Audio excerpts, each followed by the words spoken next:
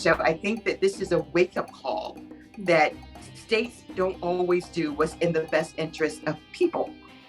And if you really think about back to the Civil War, remember, what was it all about? States' rights, they say, but it was states' rights to have people enslaved.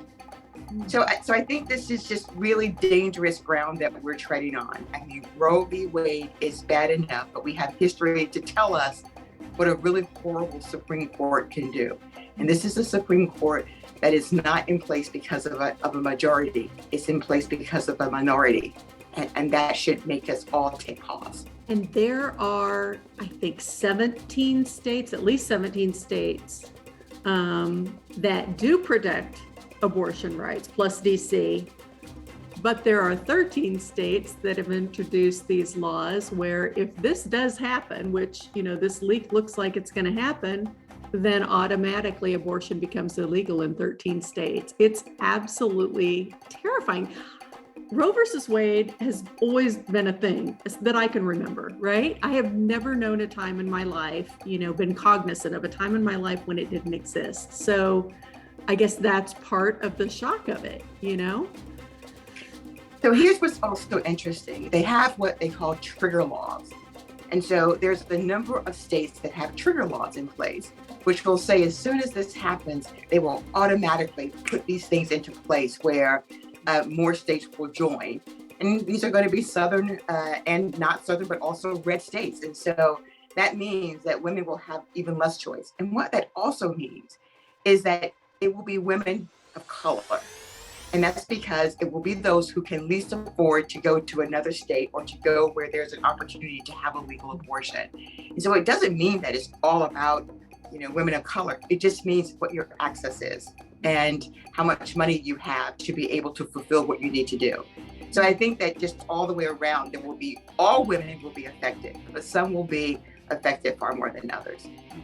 The right to an abortion is actually very popular. 72% of Americans are in favor of it. Do you think this will motivate people, especially young women, to get out and vote? I try to be an optimist, Mary. I always want to be an optimist. But over the last year, and certainly in Virginia, it did dampen my spirits a bit to see where people are.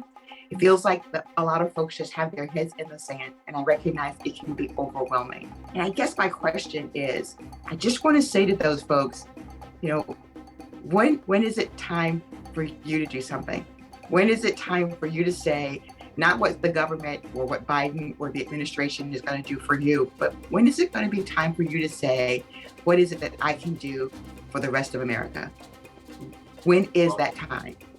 We know they're not going to stop with Roe. This is only the beginning of the end. Our friend Tokyo San tweeted, if you live in a state with a Republican majority legislature, your rights are as good as gone. Voting rights, reproductive rights, gay marriage, all of them. The only thing that can stop them from taking your rights away is for you to vote. That is exactly right. I mean, we just had a prominent senator, say not that long ago that interracial marriage should be a state decision. Mm-hmm. And so that's scary to me. And so she is absolutely right. The right to go to school where you want to, the right to live where you want to live, the right to love who you want to love. I mean, you just think about the basic things that we take for granted every single day. And you are living in a moment right now, today, where that can be gone. We don't have a Supreme Court that protects all people. We don't have a lot of state courts that protect all people. We have Republican legislators that do rules, that do voter suppression so that all the people don't have an opportunity to have a vote. So you have a minority who are making decisions for the majority. And clearly we can see from polling that the majority is not in step with this minority. Mm-hmm. Our only hope is to vote. They are more excited than us, and it is time for us to get engaged now.